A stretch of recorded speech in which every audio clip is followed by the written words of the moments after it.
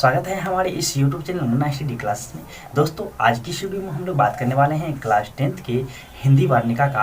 आज हम लोग पहला अध्याय दही वाली मगम्मा कहानी का आज हम लोग टोटल जो है लाइन बाय लाइन हिंदी अर्थ को समझेंगे। दोस्तों यदि आप वाकई बढ़िया से तैयारी करना चाहते हैं तो आप अपने पास एक बुक जरूर रखें, ताकि मैं यहाँ से अर्थ बताऊंगा, आप वहाँ से लाइन बाय लाइन अर्थ को समझने का प्रयास कीजिएगा। दोस्तों जैसा कि आप लोग को पहले से पता है कि बिहार बोर्ड के एग्जाम जो है पैटर्न चेंज हो चुके हैं, ऑब्जेक्टिव का वेटेज जो है वो बढ़ा दिया गया है। इसलिए दोस्तों विस्तार पढ़ने का प्रयास करें, ताकि बोर्ड एग्जाम में आप किसी तरह के क्वेश्चन का जवाब दे सकते हैं। दोस्तों हमारा पहला चैप्टर जो है वो है दही वाली मगम्मा। दोस्तों हमारा पहला चैप्टर क्या है? दही वाली मगम्मा। दोस्तों आज हम लोग दही वाली मगम्मा कहानी के total line by line Hindi अर्थ को समझेंगे। दोस्तों इस कहानी के जो लेखक हैं वो श्रीनिवास हैं। दही वाली मगम्मा कहानी के जो लेखक हैं वो श्रीनिवास हैं, अर्थात दही वाली मगम्मा। तो दही बेचने वाली एक औरत है दोस्तों जिसका नाम है मगम्मा। वह दही बेच करके अपने परिवार का भरण पोषण करती है, उसी पर ये आधारित पूरा कहानी है। दोस्तों दही वाली मगम्मा कहानी का जो प्रमुख पात्र है वो मगम्मा है। मगम्मा पर ही पूरा कहानी आधारित है। दही वाली मगम्मा कहानी के जो लेखक हैं वो श्रीनिवास हैं। तो दोस्तों ऊपर में आप लोग देख रहे होंगे ये जो है आपका ये लेखक परिचय है। तो चलिए स्टार्ट करते हैं। श्रीनिवास जी का पूरा नाम मास्ती वेंकटेश अयंगार है। दोस्तों दही वाली मगम्मा कहानी के जो लेखक हैं वो श्रीनिवास हैं और श्रीनिवास का पूरा नाम मास्ती वेंकटेश अयंगार है। उनका जन्म 6 जून 1891 ईस्वी कोलार कर्नाटक में हुआ था। दोस्तों दही वाली मगम्मा कहानी के जो लेखक हैं श्रीनिवास जी, उनका पूरा नाम मास्ती वेंकटेश अयंगार है और उनका जन्म जो हुआ था 6 जून 1891 ईस्वी कहाँ? कर्नाटक में। कर्नाटक में किस स्थान पर? कोलार। तो कोलार जो दोस्तों कर्नाटक में पड़ता है, तो कोलार कर्नाटक में ही उनका जन्म हुआ था। श्रीनिवास जी का देहावसान हो चुका है। दोस्तों श्रीनिवास जी अब हमारे बीच नहीं है, अर्थात उनका निधन हो चुका है। वे कन्नड़ साहित्य के सर्वाधिक प्रतिष्ठित रचनाकारों में से एक हैं। दोस्तों वे जो हैं कन्नड़ साहित्य, कन्नड़ भाषा के प्रतिष्ठित रचनाकारों में से एक थे श्रीनिवास जी। उन्होंने कविता, नाटक, आलोचना, जीवन चरित्र आदि साहित्य की प्रायः सभी विधाओं में उल्लेखनीय योगदान दिया। दोस्तों श्रीनिवास जी जो हैं नाटक हो चाहे आलोचना हो में बहुत सारे अपना योगदान दिए थे। कौन? श्रीनिवास जी। आगे हैं दोस्तों, साहित्य अकादमी ने उनकी कहानी संकलन सन्ना कथेगुलु को सन 1968 ईस्वी में पुरस्कृत किया। दोस्तों श्रीनिवास जी का एक कहानी संकलन है जिनका नाम है सन्ना कथेगुलु, और सन्ना कथेगुलु पर जो है उनको साहित्य अकादमी पुरस्कार भी मिल चुका है। यदि आपको पूछा जाए कि साहित्य अकादमी पुरस्कार उन्हें कब मिला था? 1968 ईस्वी में।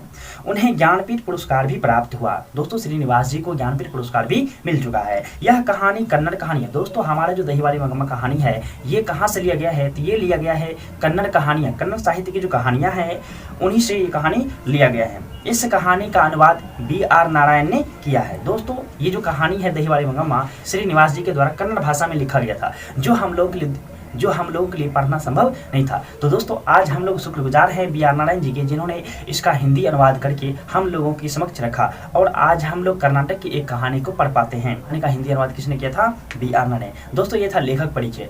अब जो आगे का कहानी है वो हम आपको थोड़ा सा समझा देते हैं। दोस्तों ये जो कहानी है वो दही बेचने वाली एक औरत की है, जो बेंगलुरु शहर में दही बेचने के लिए जाया करती है। तो बेंगलुरु शहर में ही एक महिला रहती है, बहुत समझदार महिला थी, जिनको मगम्मा माँ जी कहा करती है, और माँ जी ही इन कहानी का वक्ता है, कथावाचक है। वे मगम्मा के विषय में कहती हैं। मगम्मा नहीं बोल रही है, बेंगलुरु की एक संभ्रांत महिला जिसे मगम्मा माँ जी कहती थी, वो मगम्मा के विषय में बता रही है। कहती हैं कि मगम्मा वर्षों से हमें बाड़ी से दही दिया करती है, बेंगलुरु की तरह दूसरे शहरों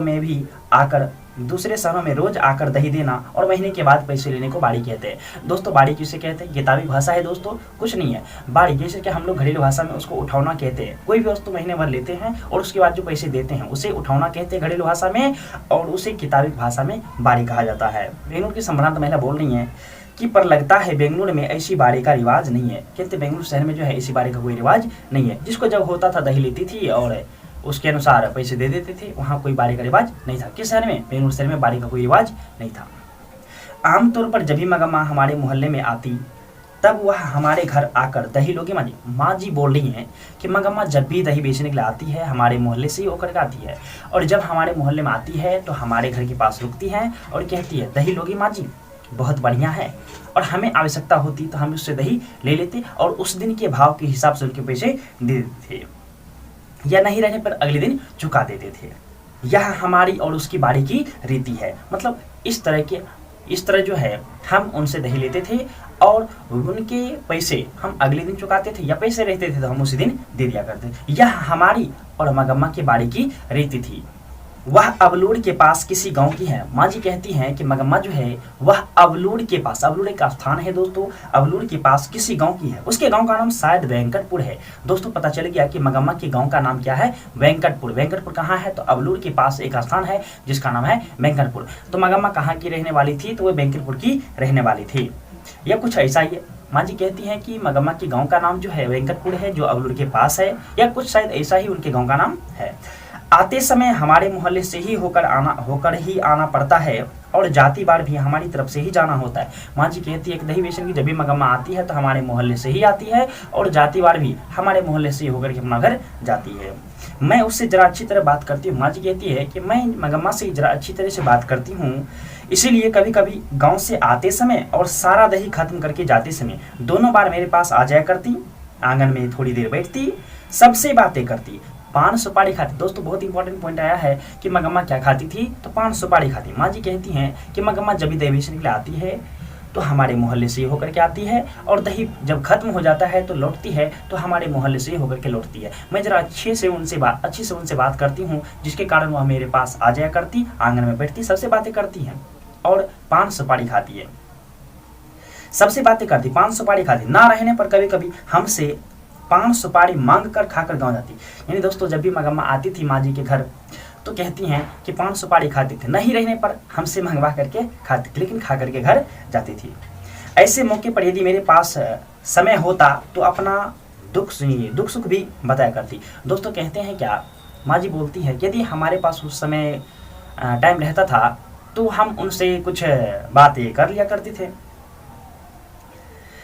मुझसे भी सुख दुख पूछती। कहते हैं माँ जी कहती है कि मगम्मा जब भी हमारे घर आती है तो सबसे बातें करती है। अगर मेरे पास उस मौके पर समय रहता था तो हम उससे बात करते थे, अपना सुख दुख का हाल वो भी हमसे बताती थी और मैं भी उनसे बोला करती थी। मुझसे भी सुख दुख पूछती, मुझे भला क्या सुनाती, यही मगम्मा मुझे भला क्या सुनाती, यही सुनाती थी कि बिल्ली ने दूध पी लिया, चूहे ने कुम्हाड़े में छेद कर दी, तब वह दुनिया ही ऐसी है कहकर अपने अनुभव की बातें सुनाती।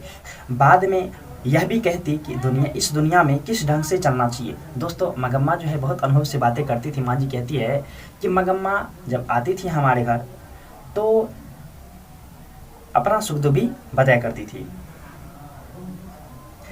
और हमसे भी सुख दुख पूछा करती थी। वो यही सुनाती थी कि आज बिल्ली ने दूध पी लिया, दूध कम बचा, दही कम बना है, बस यही सब सुनाती थी। चूहे ने कुम्हाड़े में छेद कर दी, अब घड़ा ये दूसरा लाना पड़ेगा। जो दूध दोने वाला दोस्तों पुराने ज़माने में एक घड़ा टाइप्स का होता था, उसको कुम्हाड़े बोलते हैं। कहते कुम्हाड़े में छेद कर दी, किसने, चूहा ने। तो यही सब बात हमें बताया करती थी। माँ जी कह रही है कि यही सब बात हमें मगम्मा बताया करती थी। बाद में यह भी कहती किस दुनिया में किस ढंग से चलना चाहिए, यह भी बात मगम्मा माँ जी को बोलती थी कि माँ जी इस दुनिया में किस ढंग से चलना चाहिए, ये बात भी वो माँ जी को सुनाया करती थी।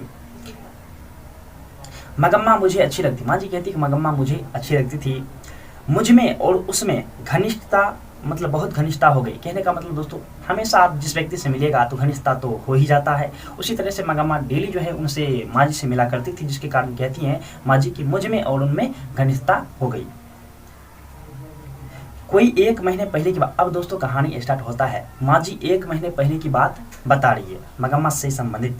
कहते कोई 1 महीने पहले की बात है, मगम्मा ने सवेरे सवेरे आवाज़ लगाई। तो माँ जी कह रही है कि सवेरे सवेरे मगम्मा दही बेचने आती है और हमें आवाज़ लगाती। 1 महीने पहले की बात है। कितने महीने पहले की बात है? 1 महीने पहले की बात अब माँ जी बता रही है कि कोई 1 महीने पहले की बात है। मगम्मा ने सवेरे सवेरे आवाज़ लगाई, दही लोगी माँ जी? मैं भीतर कुछ कर रही थी। मेरा बेटा बोला हाँ लूँगा, और पास जाकर बोला दही दो। मगम्मा ने मटकी से थोड़ा अच्छा गाढ़ा दही निकाल करके उसकी हथेली पर डाल दिया और बोली जरा जाकर माँ जी को जल्दी से भेज दो, मुझे जाना है। तो माँ जी कह रही हैं कि मेरा बेटा बोला दही दो। जब मगम्मा बोली थी कि दही लोगी माँ जी, तो मेरा बेटा बोला हाँ लूँगा। तो दही के लिए हाथ वो फैलाते हैं तो मगम्मा कुछ अच्छा गाढ़ा दही निकाल करके उसके हथेली पर दे देते हैं और कहते हैं उस बच्चे से कि जाकर माँ जी को जरा जल्दी भेजो, मुझे जाना है। इतने में मैं आ गई। माँ जी कहती इतने में मैं वहाँ पहुँच गई और मगम्मा बोली, माँ जी सोने जैसा बेटा पैदा किया है आपने, जैसे गुण तुम्हारे हैं वैसे ही उसे मिले। अर्थात दोस्तों माँ जी को मगम्मा कह रही है कि माँ जी आपका बेटा जो है आपके ही तरह है, जैसे गुण आप में है वैसे ही गुण उसे मिले हैं। पर इन सब से क्या, इसी के बारे में कुछ बड़ाई कीजिएगा फिर कहिएगा इस सब से क्या, तो कुछ तो दिक्कत हो ही जाता है। तो लड़की के बड़े होने की देर है, फिर तो पता नहीं कैसी बहू आएंगी। अब जो बच्चा अम्मा अम्मा करता पीछे पीछे घूमता है उसे ही यह बात पता नहीं होगा कि अम्मा जिंदा है या मर गई। बहुत ही दुख से बात बोल रही है कौन, मगम्मा जो है दुख से बात कह रही है किसको, माँ जी को, कि माँ जी आपका जो बेटा अभी आपके पीछे पीछे घूमता है, यही बच्चा जब बड़ा हो जाएगा, जब शादी ब्याह इसका हो जाएगा तो पता नहीं कैसी बहू आएंगी। ये जो बच्चा भी आपके पीछे पीछे घूमता है, पता उसे ही बात पता नहीं होगा कि अम्मा जिंदा है या मर गई। मैंने पूछा, माँ जी कहते कि मैंने उससे पूछा। अब कोई भी इस तरह का बात सुनेगा तो ऑटोमेटिक है पूछवे करेगा। तो माँ जी कहती मैं उससे पूछी, मैंने पूछा मगम्मा क्या हो गया, बेटे ने तेरी बात नहीं मानी क्या? तो माँ जी कहती है कि मैंने उससे कहा तो क्या हुआ मगम्मा ऐसी बातें कर रही हो, बेटे ने कुछ कह दिया क्या या तेरी बात नहीं मानी क्या? वह फिर बोली, मगम्मा फिर कहती हैं छोड़िए माँ जी, भंवरे लेकर आया, पति ही जब बात नहीं पूछता था तो बेटा क्या सुनेगा।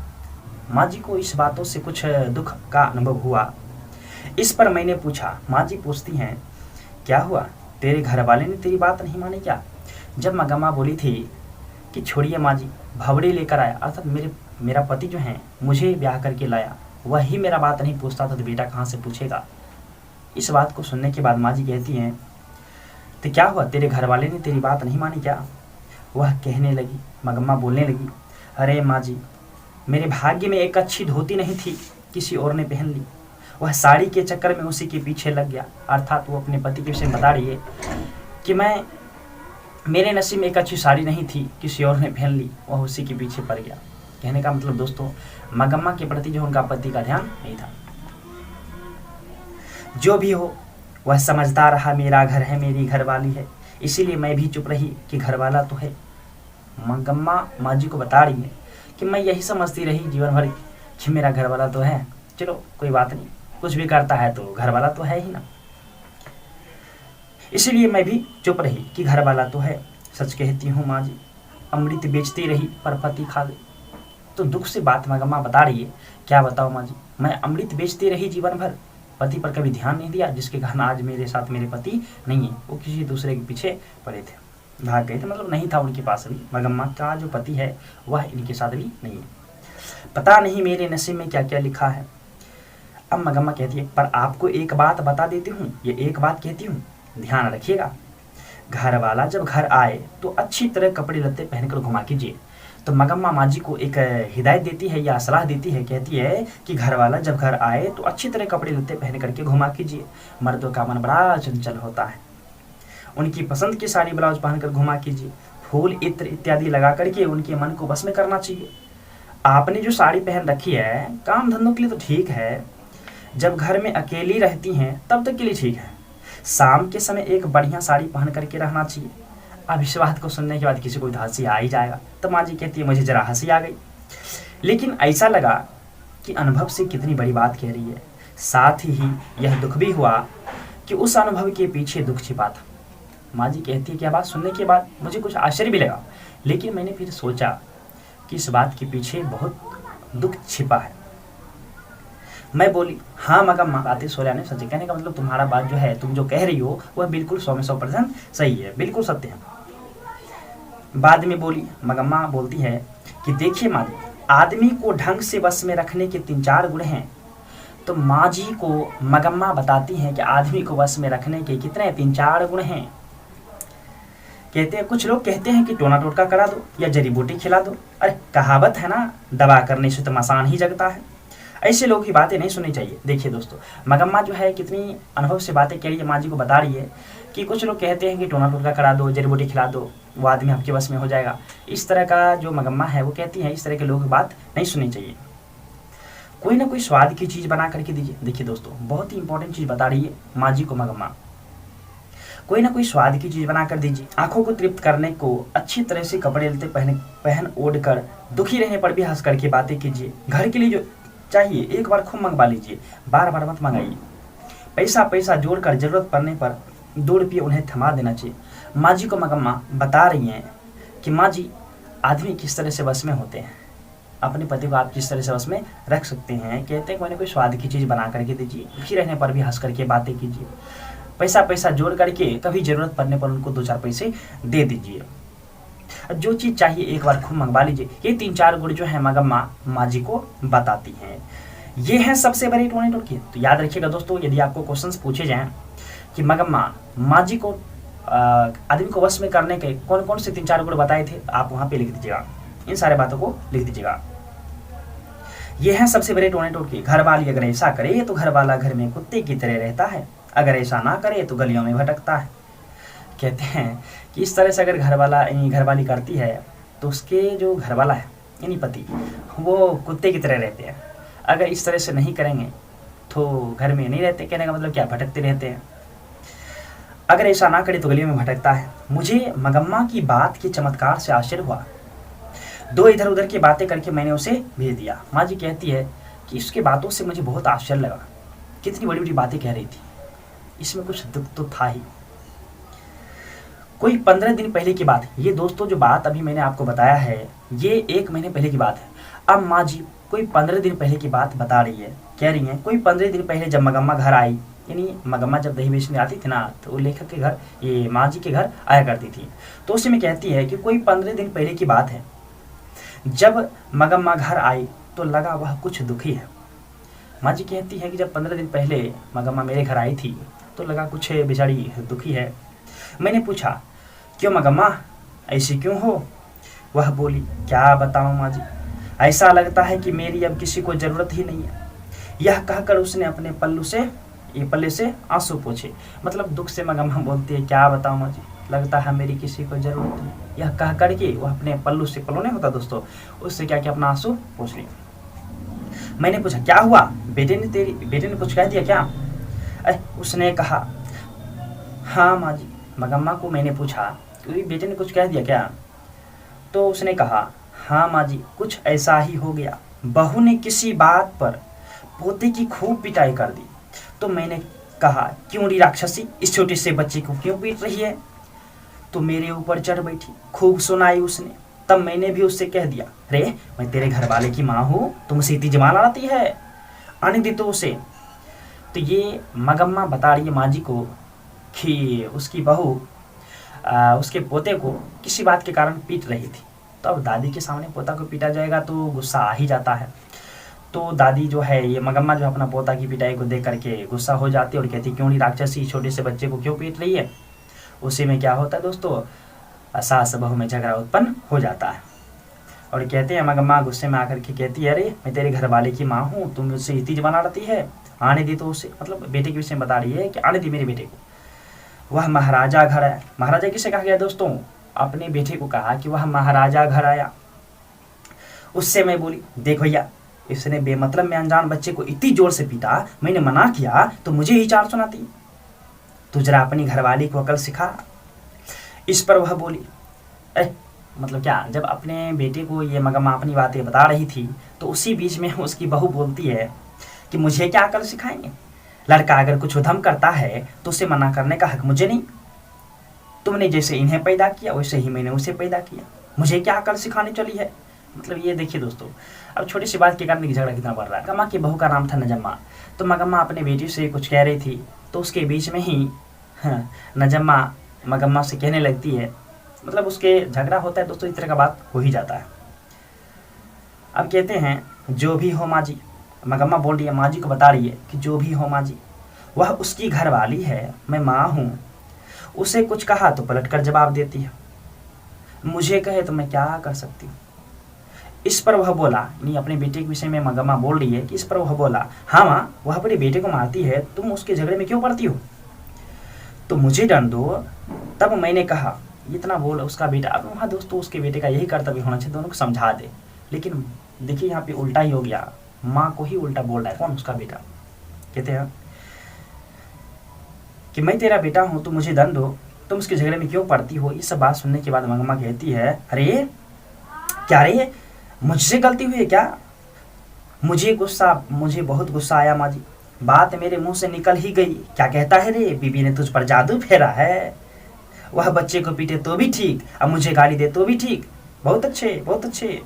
कल वह कह दे कि माँ को निकाल तो निकाल बाहर करेगा। इस पर वह बोला, माँ जी को मगम्मा बता रही। इस पर वह बोला, मैंने जब यह गुस्से में आकर के बात कह दिया तो इस पर वह बोला, और क्या किया जा सकता है माँ? अगर तुम कहो कि घर वाली रहेगी तो मैं नहीं रहती, मैं रहूंगी तो घर वाली नहीं रह सकती, तो उस बेचारी को सहारा कौन दे? तो मैंने पूछा, अरे तो मुझ बेसहारा का क्या बनेगा? अरे वो बेचारी हो लो, हम क्यों रे? तब उसने कहा, अरे तुम्हारा क्या है माँ? तुम्हारे पास गाय है, बैल है, पैसा है, तुम्हें क्या मैं पाल सकता हूँ? मैंने पूछा, अच्छा तो तुम्हारा कहना है मैं अलग हो जाऊं? इस पर उसने साफ कह दिया, माँ जी तुम्हारी मर्जी। अब दोस्तों इतना कुछ होने के बाद कभी साथ रहने का मन करेगा? तो इस पर उसका बेटा बोलता है, तुम्हारी मर्जी, अगर तुम अलग होना चाहती हो तो मैं रोकूंगा नहीं, मैं तुम्हारे झगड़ों से तंग आ गया हूँ। इस पर मैंने कहा, अच्छी बात है बेटा, आज दोपहर से अलग हो जाती हूँ। याद रखना दोस्तों, मगम्मा क्या बोली थी कि आज दोपहर से अलग हो जाती हूँ, तुम अपनी घरवाली के साथ सुख से रहो। फिर दही लेकर चली आई माँ जी। मतलब दही लेकर के मगम्मा 15 दिन पहले जब माँ जी के पास आई थी तो ये बात माँ जी को मगम्मा बताई थी।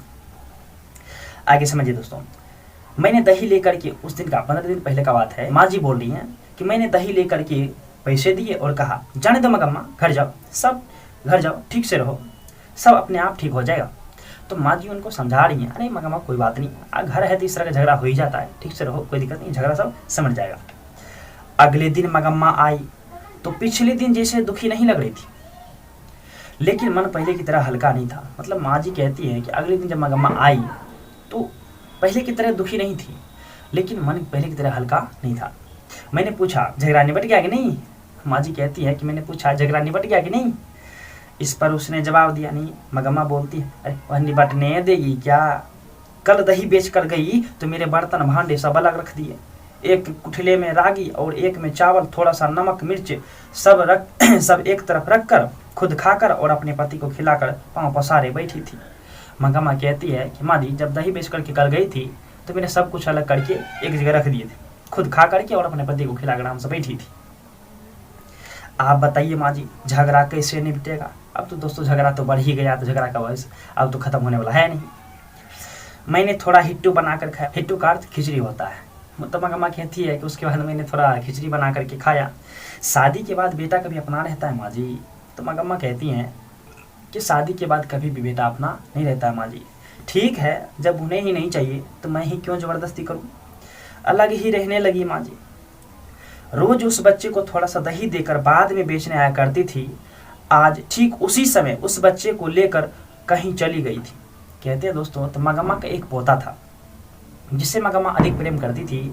तो मगम्मा कहती है, माँ जी को बता रही हैं, दही बेचने जब आती थी तो डेली उस बच्चे को थोड़ा सा दही दे करके आती थी, लेकिन आज उसी समय उस बच्चे को लेकर के वह कहीं चली गई।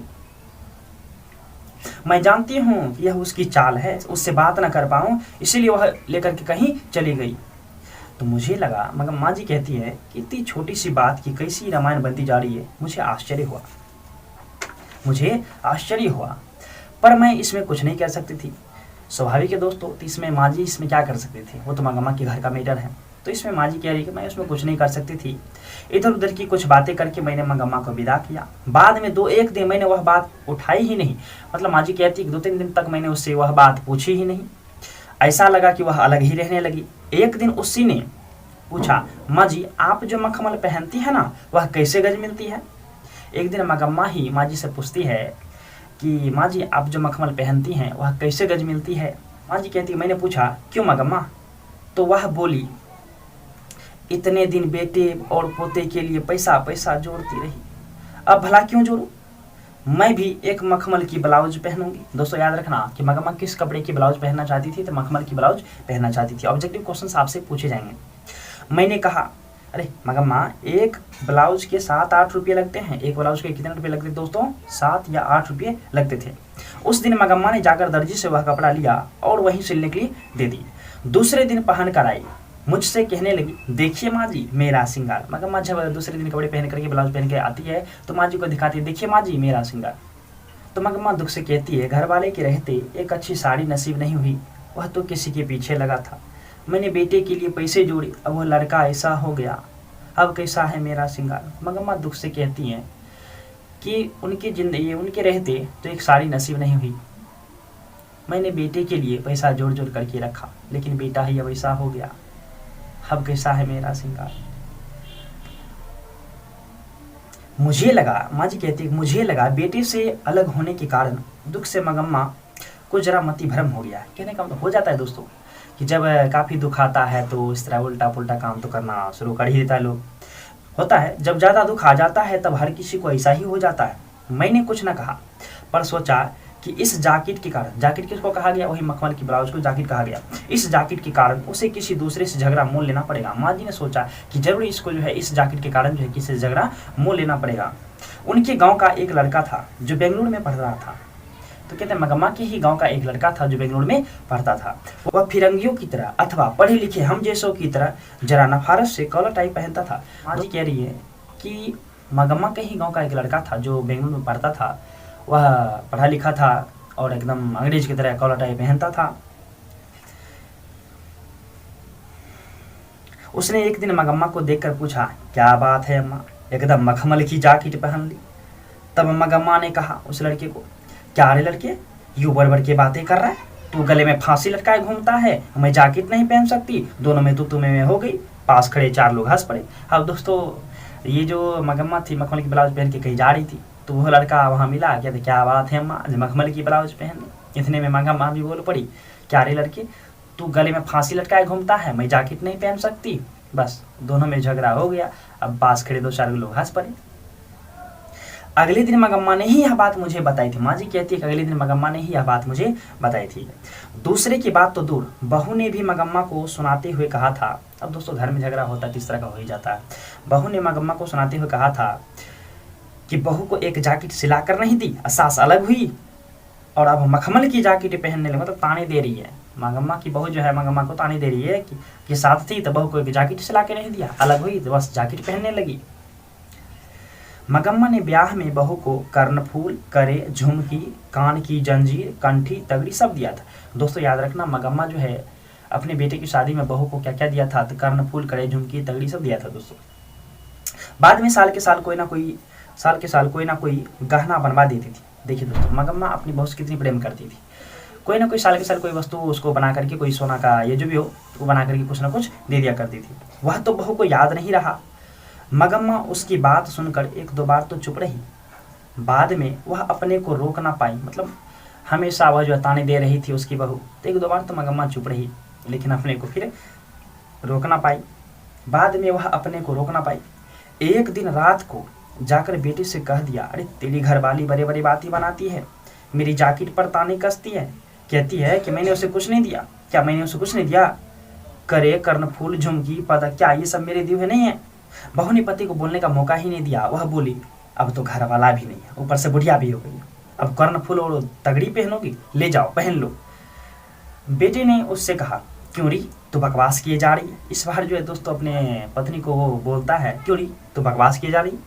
फिर माँ से बोला, माँ मैं तुम लोग के झगड़े पसंद नहीं करता, अगर तुम्हें चाहिए तो सारे जेवर ले जाओ। अब दोस्तों देखिए यहाँ तो समझाना चाहिए था बेटा को, दोनों आदमी को समझा देना चाहिए था, परंतु वहाँ देखिए बेटा जो है अपनी पत्नी का साथ दे देता है, कहते हाँ माँ तुम्हें चाहिए तो तुम सारे जेवर ले जाओ। देखिए मंगम्मा बोली, माँ जी रास्ते चलने वाले भी इस तरह की बात नहीं करते, चाहिए तो सारे जेवर ले जाओ, चले जाओ।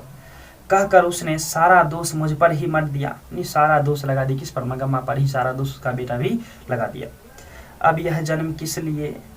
तो मंगम्मा काफ़ी दुखी है, कहती है माँ जी से, अब यह जन्म किस लिए माँ जी?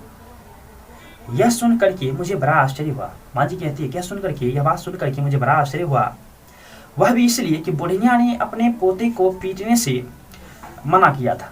यही बात है दोस्तों, माँ जी सोच रही है कि बुढ़िया अपने पोते को पीटने से बचाया था, बस यही बात के कारण। भला ये सब क्या हो रहा है, कितना बड़ा झगड़ा हो गया। बात मुझे बाद में समझ में आई कि जहाँ भी देखो झगड़े का ऐसा ही कारण होता है। जब कोई एक दूसरे को पसंद नहीं करता तो छोटी बात भी बड़ी हो जाती है। स्वाभाविक है दोस्तों, जब 2 व्यक्ति एक दूसरे को पसंद नहीं करता तो छोटा बात भी है तो उसको करवा ही लगेगा, तो झगड़ा हो ही जाता है। बस वही मंगम्मा और उनकी बहू का नाम था नजम्मा, नजम्मा के बीच जो है इस तरह का ही विवाद था। छोटा बात के कारण कितना बड़ा झगड़ा हो गया, अलग सब रहने लगी। कुछ दिन बाद एक दिन मगम्मा बोलती है माँ जी से कि माँ जी आप बहुत भली हैं, मेरे पास थोड़े से पैसे रखे हैं, उसे कहीं बैंक में रखवा दीजिए। तो माँ जी अपना पैसा कहाँ रखना चाहती थी? बैंक में, याद रखिएगा। उन पर कई लोगों की आंखें लगी हैं। मैंने पूछा ऐसा क्या हो गया मगम्मा? तो वह बोली माँ जी कल ही की बात है, हमारे गांव में रंगपा नाम का एक आदमी है। दोस्तों यहाँ ध्यान समझिएगा। तो मगम्मा माँ जी से कह रही कि माँ जी आप बहुत भली हैं, मेरे पास कुछ पैसे हैं, इसे बैंक में रखवा दीजिए। तो फिर माँ जी कहती है कैसा क्या हो गया? तो वह कहने लगी कि हमारे गांव में रंगपा नाम का, याद रखना रंगपा नाम का एक आदमी है, वह कभी कभार जुआ हुआ खेलता है, बड़ा शौकीन तबीयत का है। मैं तब दही लेकर आ रही थी तो कहीं से टपक पड़ा और पूछने लगा क्यों मगम्मा अच्छी तो हो? मैंने कहा क्या अच्छा क्या बुरा, जो है तुम्हें पता नहीं? वह बोला हाँ भाई तुम्हारा कहना ठीक है। तो रंगपा, कौन बोल रहा है दोस्तों? रंगपा बोल रहा है हाँ भाई तुम्हारा कहना ठीक है, आज के ज़माने में भला कौन सुखी है? आजकल के लड़कों की जुबान का क्या ठिकाना, हमारी उम्र के लोगों को तो बस देखते ही रहना पड़ता है और कर भी क्या सकते हैं। तो रंगप्पा जो है माँ जी की बातों का जवाब देती हैं हाँ भाई तुम्हारा कहना ठीक है, अब हम जैसे लोग क्या कर सकते हैं, आजकल के बच्चों का क्या ठिकाना, कब क्या बोलेगा पता ही नहीं चलता। वैसे ही साथ चलाया माँ जी। वो इतनी बातें करते करते वो क्या मगम्मा के साथ ही आ रहा था। रास्ते में अमराई का कुआं, याद रखना दोस्तों, अमराई का कुआं कहाँ था? रास्ते में। अमराई का कुआं कहाँ है? रास्ते में। रास्ते में अमराई का कुआं है, वहाँ से गुजरते समय मुझे डर सा लगा। मगम्मा कहती है कि जब अमराई के पास से हम गुजर रहे थे तो वहाँ मुझे डर सा लगा। मैं सोचने लगी कि पता नहीं यह क्या कर डाले। अंतिम में काफ़ी पैसे थे, मतलब टुकड़ा होता है, टुकड़ी में दोस्तों ये बटवा तरह से नहीं होता है, उसमें पैसा था। तो मगम्मा कहती है कि मैं डरने लगी। अमराई के कुएं के पास जब पहुंचा तो मगम्मा डरने लगी। अंतिम में काफ़ी पैसे थे, कहीं इसी के लिए तो पीछे नहीं आया है। वही बोला अरे जरा चुना दोगी? मैंने दे दिया। मगम्मा पान सुपारी खाती थी तो चुना भी रखती थी। तो वह रंगपा जो था वो मगम्मा से चुना मांगता है कि जरा चुना दोगी? तो मगम्मा बोलती है कि मैंने दे दिया। वह लेकर के चला गया। आज भी आते समय वहीं आकर मिला, मतलब आज भी, हाँ जी आज भी आ रही थी तो आज भी वहीं आकर के मिला। माँ जी इधर उधर की बातें करता करता बीच में बोला मगम्मा मैं जरा तकलीफ में हूँ, थोड़ा सा कर्ज दोगी? इस बार रागी बेचते ही लौटा दूंगा। दोस्तों याद रखना कि मगम्मा से कर्ज कौन मांग रहा था? तो रंगप्पा। मगम्मा से कर्ज कौन मांग रहा था? रंगप्पा। तो रंगप्पा कहता है कि मगम्मा मैं जरा तकलीफ में हूँ, थोड़ा सा कर्ज दोगी? इस बार रागी बेचते, रागी दोस्तों एक फसल है, रागी बेचते ही लौटा दूंगा। मैं बोली अरे भैया मेरे पास पैसे कहाँ हैं? तब वह कहने लगा जाने दो मगम्मा, क्या हमें पता नहीं पैसे को यहाँ वहाँ गाड़ कर रखने से भला क्या मिलता है? फिर थोड़ी देर बाद वही बोला अरे तुम्हारा बेटा तुम्हारे पास तुम्हारे साथ रहता तो मैं तुमसे कर्ज नहीं मांग। देखिए दोस्तों माँ बेटे के अलगाव का जो है देखिए फायदा उठाना चाह रहा है। कहता तुम्हारा बेटा तुम्हारे साथ रहता तो मैं तुमसे कर्ज नहीं मांगता। मैं जानता हूँ कि तुम अपनी बहू के लिए कोई ना कोई चीज वस्तु बनवाती रहती थी। अब वह बात तो नहीं रही। देखिए माँ जी, औरत अगर अकेली हो जाती है तो लोगों की आंखें उसकी तरफ लग जाती है। तो माँ कहती है कि मेरे पास कुछ पैसे हैं तो इसे बैंक में कहीं रखवा दीजिए। उसके बाद ये माँ जी कहती हैं कि मैं अपने घर वाले से पूछ कर बताऊँगी, मैंने उनसे इस बारे में कोई बात नहीं की है। तो माँ जी कहती है कि अरे मैंने पूछा नहीं उनसे, अपने पति से मैंने पूछा नहीं है, पूछ करके मैं तुमसे बताऊँगा। दूसरे दिन मगम्मा ने दही लेने के बाद अंती से एक थैली निकाली और कहने लगी, मतलब मगम्मा दूसरे दिन जब आई तो पैसा का पोटली निकाली और कहती है माँ जी जरा भीतर चलो गिन लो। मैं बोली मैंने अभी उनसे पूछा नहीं है, अभी रखे रहो फिर ले आना। मगम्मा कहने लगी मुझे बहुत डर लगता है माँ जी, आज भी रंगप्पा आया था अमराई के पास तक, कहने लगा जरा बैठो मगम्मा, जल्दी क्या है, इसी जल्दी क्या है? मेरा दिल जोर से धड़कने लगा। अगर मैं नहीं रुकती तो वो जबरन बाँह पकड़ के बिठा लेता। इस डर से बैठ गई। वह दुनिया जहाँ की बातें करता रहा, वह दुनिया जहाँ की बातें करता रहा। बाद में मेरा हाथ पकड़ कर बोला मगम्मा तुम कितनी अच्छी हो। जवानी में भी घर वाले ने मेरा इस तरह हाथ नहीं पकड़ा था, बाद में किसी और ने इस तरह हाथ नहीं पकड़ा, आज इसने आकर के पकड़ा। मगम्मा कहती है कि जब दही लेकर के आ रही थी तो रंगप्पा आज भी मिला, वहाँ पकड़ के बिठा देता, बैठने के लिए कहा तो मैं डर गई कि नहीं बैठूंगा तो ये जबरन बैठा देगा, इसीलिए मैं बैठ गई। तो कहने लगा वहाँ पकड़ के कि तुम कितनी अच्छी हो। तो इसके बाद कहता है कि मैंने हाथ छुड़ा लिया और पूछा, क्या बात है रंगपा, आज बड़े रंग में हो, मेरा अच्छापन देखने को तुम्हारे घर वाले हो क्या? कहते हुए उठकर तेजी से चली आई माँ जी। कल उसने पैसे मांगे थे, आज उसने पान मांगा। जिसने मरबे के तले बैठकर मोर बांध कर गठबंधन करके हाथ थामा, वो तो कभी का चलेगा। मगम्मा दुख से कहती हैं कि जिसने मोर बांध के मरबे के तले बैठ करके मेरा हाथ थामा, कहने का मतलब मुझसे शादी करके मुझे घर लाया, वो तो कभी का चला गया। भरी जवानी में घर वाले ने मुंह मोड़ लिया। मतलब इसका दोस्तों मगम्मा का जो पति था तो भाग नहीं गया था दूसरे औरत के साथ। कोई और होती तो यह सोचकर खुश हो जाती कि घर वाले ने तो पसंद नहीं किया, पर कोई तो है पसंद करने वाला। पर मैंने अपना धर्म नहीं छोड़ा माँ जी। इस बदमाश ने आकर मेरा हाथ घर वाले से भी ज्यादा हक से पकड़ लिया। मुझे लगा कि बेचारी का जीवन बेकार में ही दुखी होता जा रहा है। इसलिए मैंने कहा, अरे ये सब फजीहत काहे का मगम्मा, चुपचाप जो हुआ उस पर मिट्टी डाल करके बेटे के साथ रह क्यों नहीं जाती? माँ जी कहते थे, जो हुआ उस पर मिट्टी डाल के रह जाओ ना बेटे के साथ। तो मगम्मा के, मैं तो रह जाऊंगी माँ जी, पर वह रहने दे तब ना। बहू के विषय में बोलती है, मैं तो रह जाऊंगी पर वो रहने देगी तब ना। बेटे से यह सब बात बता दो। माँ जी कहती, बेटे से यह जो बात हुआ ये सब बात बता दो। हाय राम। मगम्मा कहते, हाय राम, हो हल्ला करके मेरी बहू तो मुझे जाती है से बाहर कर दी। मुझे देर हो रही है माँ जी, चलती हूँ, कल अपने उनसे पूछ कर रखिएगा। तो मगम्मा कहती है, कल जो है आप अपने उनसे, कहने का मतलब अपने पति से पूछ करके रखिएगा पैसे वाले। कहकर मगम्मा चली गई। 1 घंटे बाद फिर आई और आकर के बोली, माँ जी आज एक बात हो गई। तो माँ जी ने कहा, क्या हुआ क्या हुआ? बच्चे के लिए थोड़ी सी मिठाई लेकर के टोकरे में रख ली थी। मगम्मा ने पहले ही बताया था कि उसके पोते को उसके पास वह आने नहीं देती।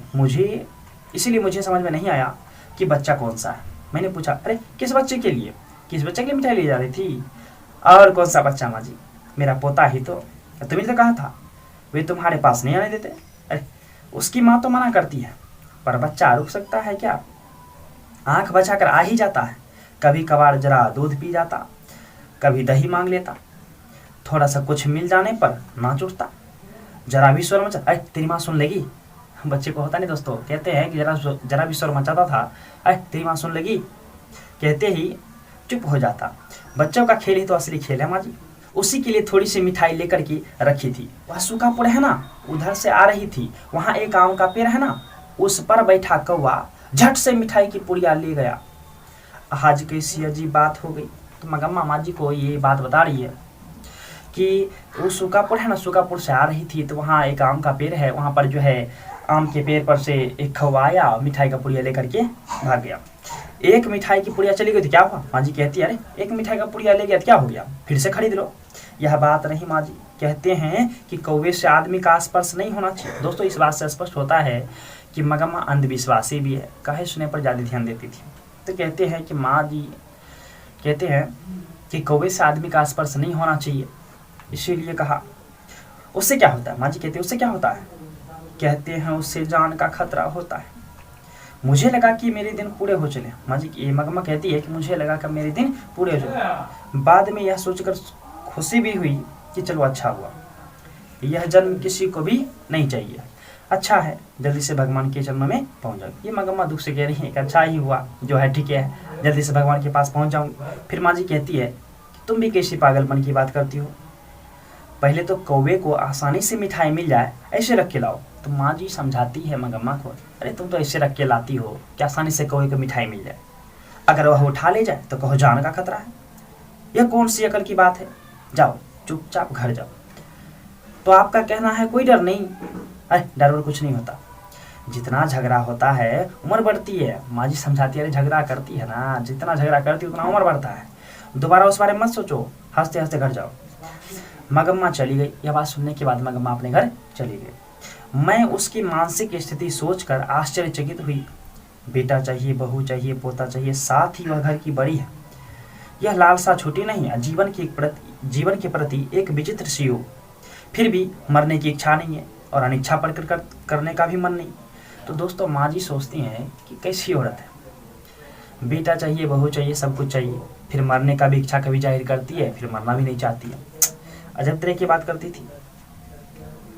ये गांव के लोग हैं, कुछ जानते ही नहीं, कोई लुका छिपा नहीं, सारी बातें बता ही देते हैं, तो भी लोगों की मानसिक स्थिति के पीछे परतों पर पड़ते हैं। बड़े घर में छोटा घरा समाया है, मैंने सोचा यह कैसा नाटकीय सूत्र है। मगम्मा फिर से घर आई तो उसने एक समाचार दिया। तो माँ जी कहती कि मगम्मा फिर से घर आई, उसने एक समाचार दिया। जब मगम्मा माँ जी के पास आती हैं तो कहती हैं कि अब पोता अपने माँ बाप को छोड़कर उसके पास आ गया। यही बात बताई थी मगम्मा माँ जी को, बताई थी कि उसका पोता जो है वह उसके पास ही आ गया माँ बाप को छोड़ करके। वह बहुत खुश थी।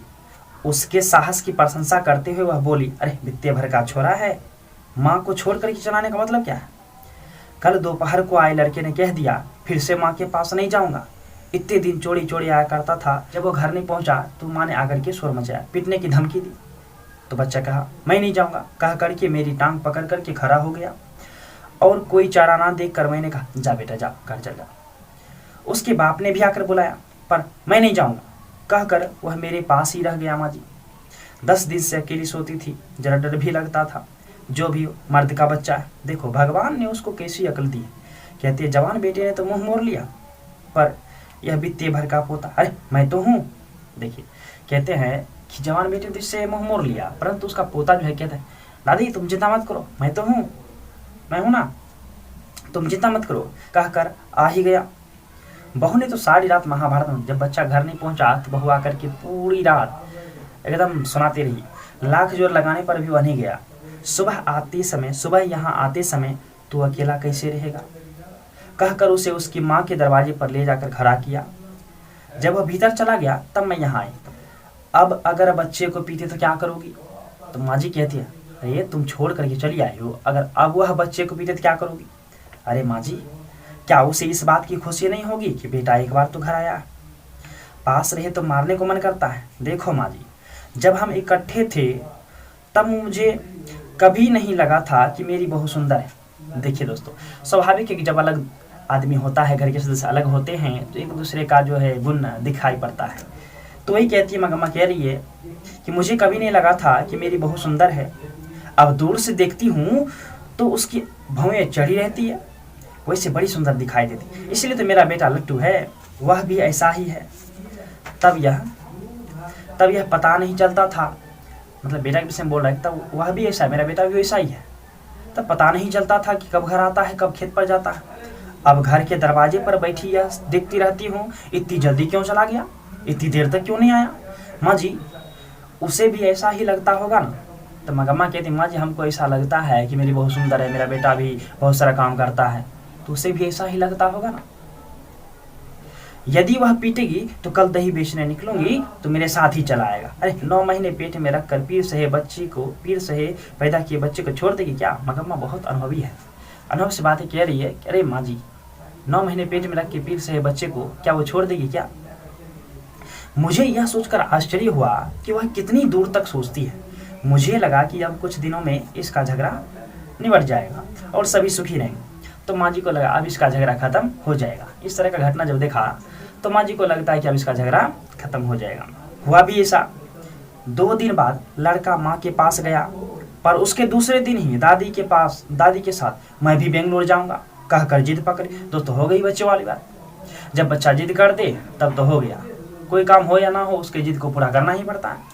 तो बच्चा जो था उसका पोता कहने लगा कि मैं भी बेंगलोर जाऊंगा कहकर जिद पकड़ ली। बेचारी बुढ़िया के लिए सिर पर दही की मटके वाला टोकरा और गोद में पोते को लेकर 3 मील चलना असंभव था। तो दोस्तों दही बेचने के लिए मगम्मा कितने मील चला करती थी? 3 मील दूर जाया करती थी। तो कहते हैं कि जब पोता जिद करने लगा कि मैं भी बेंगलोर जाऊंगा तो बेचारी मगम्मा बूढ़ी हो गई थी। तो कहते हैं कि दही वाला मटका और पोते को लेकर चलना 3 मील बहुत कठिन लग रहा था उसको। उसकी समझ में नहीं आया कि वह क्या करे। बेटे और बहू ने आकर समझाया। उस दिन हमसे गलती हो गई। देखिए दोस्तों बेटा बहू आकर के अब माफ़ी मांगता है किससे? मगम्मा से। उस दिन हमसे गलती हो गई, तुम भी गुस्सा करके यूँ रहोगी माँ, रहोगी तो कैसे चलेगा माँ? गांव के 4 बड़े बूढ़ों ने भी आकर के समझाया। वह भला क्यों अपना बड़प्पन खोती? मगम्मा तो पहले से ही जाती थी कि मुझे साथ रखेंगे तो मेरा जाऊंगी। अब तो हो भी गया ऐसा।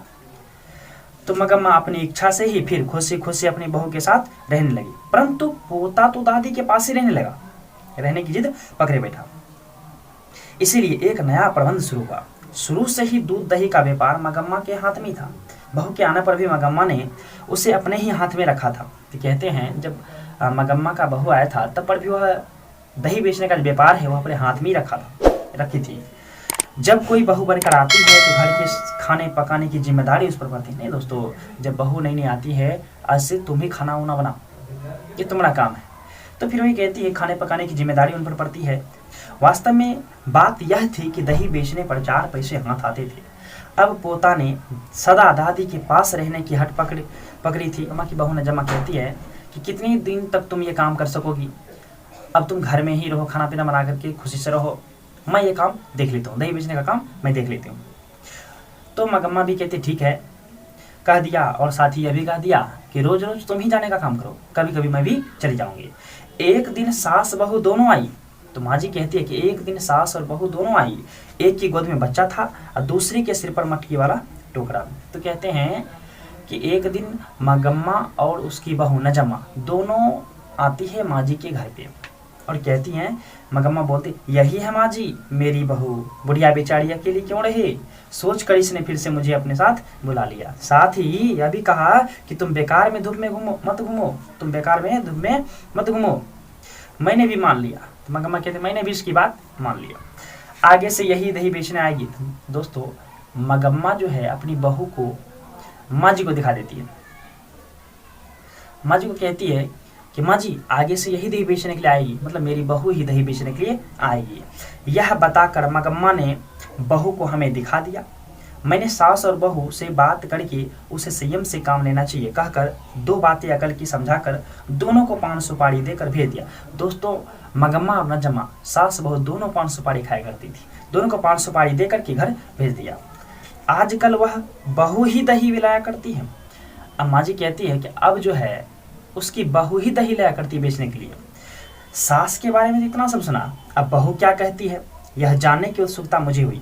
इसीलिए एक दिन मैंने कहा, अरे नजम्मा तू तो बड़ी समझदार है। नजम्मा कौन सी दोस्तों? मगम्मा की बहू। मगम्मा की बहू का नाम क्या था? नजम्मा। अब माँ जी कहती, अरे नजम्मा तू तो बड़ी समझदार है, पर क्या सास को निकाल देना ठीक है? तो माँ जी कहती है कि सास से तो इतना कुछ सुना, अब बहू क्या कहती है ये भी थोड़ा सुनते हैं। इसलिए एक दिन नजम्मा से माँ जी पूछती है, क्यों नजम्मा, क्या सास को निकाल देना ठीक रहता है? अब नजम्मा बोलती है, अरे सास को निकाल देने को मैं क्या राक्षसी हूँ माँ जी? सास हो जाने का मतलब सब बात उनकी ही चलनी चाहिए क्या? अपने बेटे को मर्द भी ना मानो तो नमर्दनी हो जाएगा। यह मेरा घर वाला है, मैं उसकी पत्नी हूँ, भला मैं घर कैसे चलाऊँ? यह ठीक है कि उन्होंने जन्म दिया, पाला पोसा, चाहे तो वह अपने बेटे पर अपना हक करे, मैं चुप रहूंगी, पर मैं अपने बेटे को भी नहीं मार सकती, तो मैं कहाँ की बहू रही? तो नजम्मा बोल रही है कि माँ जी सास हो जाने का मतलब ये थोड़ी होता है कि सारी बातें आपकी ही चले। आपका बेटा है, आप उन पर कुछ हक जमाइए, मैं उसमें कुछ नहीं करूंगी, लेकिन मैं अपने बेटे को भी मारती हूँ तब पर भी रोकती है। अरे बेटा तुम्हारा है, यह जताने को पीटना जरूरी है क्या? तो माँ जी कहते रहे, बेटा तुम्हारा है, तुम मारोगे तभी कहेगा तुम्हारा बेटा है। अरे मारना प्यार करना तो चलता ही रहता है, पर जब मारने पर पूछती है कि क्यों मारती है, तब प्यार करने पर क्यों नहीं पूछती? दोस्तों यहाँ जो है समझने वाली बात है। तो नजम्मा कहती है कि मारने पर पूछती है क्यों मारती है, तो फिर प्रेम जो करते हैं तो क्यों नहीं पूछती प्रेम क्यों करती है? तो बात यहाँ भी समझने वाली है। मेरा बेटा मेरा है तो मेरा पति भी मेरा होना चाहिए। दोस्तों यह मेन कारण क्या था कि मगम्मा चाहती थी घर में मेरा बात चले, और उसकी बहू जो है वो चाहती थी घर में मेरा बात सब कोई माने। तो कहती हैं कि मेरा बेटा मेरा है तो मेरा पति भी नहीं मेरा होना चाहिए। बहू होकर अगर मैं एक बात ना कह सकूं, एक थप्पड़ ना लगा सकूं, तो मेरा घर चलाना किस काम का? मुझसे मगम्मा ने, माँ जी कहती है, मुझसे मगम्मा ने जब अपनी बात सुनाई थी तो लगा था उसकी बात सही है, अब इसने अपनी बात कही तो लगा इसकी बात भी सही है। मैंने पूछा, अच्छा तो अब तुम्हें कुछ घर में छूट मिली कि नहीं? हाँ माँ जी, अब पहले से जरा ठीक है, जो भी हो जरा संभल कर ही चलना पड़ता है। नजम्मा कहती, जो भी हो माँ जी जरा संभल कर ही चलना पड़ता है, अगर झगड़ा करूँ तो मेरी सास पता नहीं किसे सारे पैसे दे डाले। हमारे गांव में रंगपा नाम का एक आदमी है, जब मेरी सास अलग थी तब उसने मेरी सास से कर्ज मांगा, वह देने को तैयार, क्या दोस्तों देने को तैयार हो गई थी? नहीं, वह देने को तैयार नहीं हुई थी। तो यहाँ जो है रंगप्पा नजम्मा से जाकर के कह दिया कि तुम्हारी सास हमें पैसा देना चाहती है, तो कहते वह देने को तैयार हो गई थी। यह रंगप्पा से ही पता चला। दोस्तों यहाँ रंगप्पा जो था मगम्मा से कर्ज मांग रहा था, तो मगम्मा ने कर्ज नहीं दिया, तो वह जाकर के उसकी बहू को कह दिया कि तुम्हारी सास हमें कर्जा देने को तैयार हो गई है, मतलब मान गई है। अब देखिए झगड़ा आई है और बढ़ाना चाहता था, लेकिन यहाँ तो अलग ही हो गया। तब मैंने बच्चे को सिखाया, तू अपनी दादी के पास चला जा, वह मिठाई देती है, हमारे घर कदम मत रखना। झगड़ा किसी तरह निपटाने को मैंने यह सब किया माँ जी। तो पोता दादी के पास नहीं गया, बच्चा भी गया माँ जी, मैंने भेज दिया माँ जी। ये सब बताने की बात थोड़ी है, आदमी लोग ये सब कहाँ समझते हैं। मुझे लगा कि मगम्मा भी अक्ल से कुछ कम नहीं है। तो उस घर में अब सास बहू में स्वतंत्रता की होड़ लगी है। उसमें माँ बेटे और पति पत्नी है। माँ बेटे पर से अपना हक नहीं छोड़ना चाहती, अब बहू पति पर अधिकार जमाना चाहती है। यह सारे संसार का ही किस्सा है। इसकी हार जीत क्या होगी कहा नहीं जा सकता। पानी में खड़े बच्चे का पांव खींचने वाले मगरमच्छ सी दशा बहू की है। दोस्तों क्वेश्चन बनेगा, मान लीजिए दोस्तों पानी में एक बच्चा खड़ा है, तो मगरमच्छ सी उपमा लेखक किसे देते हैं, तो बहू को, कि उसका बच्चे का पैर खींचने वाला दशा किसकी है, बहू की है। तो दोस्तों याद रखना कि लेखक बहू को किसकी उपमा देते हैं, तो मगरमच्छ सी उपमा। मगरमच्छ सी उपमा किसे देते हैं, तो बहू को देते हैं। और कहते हैं कि बांह पकड़, ऊपर से बांह पकड़कर बचाने की दशा किसकी है, तो माँ की। तो मगरमच्छ सी उपमा बहू को दी है और ऊपर बांह पकड़ के बच्चे को बचाने की दशा किसकी है, माँ की है। बीच में बच्चे की चेष्टा करने वाले को कष्ट होता है। अब तो कष्ट तो बच्चा को ही नहीं होगा, चाहे पैर नीचे खींचिए, पानी में खींचो या ऊपर बचाओ, तो बीच में बच्चा को ही नहीं दिक्कत होगा। कहने का मतलब बच्चा ही को ही झेलना पड़ता है। गाँव में यह बात दही बेचने वाले मगम्मा के घर में है, तो शहर में दही लेने वाली मगम्मा के घर में भी है। यह नाटक चलता ही रहता है, इस नाटक का कोई अंत नहीं है। दोस्तों इस तरह से आपका ये कहानी खत्म हुआ। तो मिलते हैं दोस्तों अगले वीडियो में इसके क्वेश्चन आंसर के साथ। तो दोस्तों यदि वीडियो अच्छा लगे तो हमारी इस वीडियो को लाइक जरूर करें और हमारे चैनल से जुड़ने के लिए आप हमारे चैनल को सब्सक्राइब जरूर करें। धन्यवाद दोस्तों।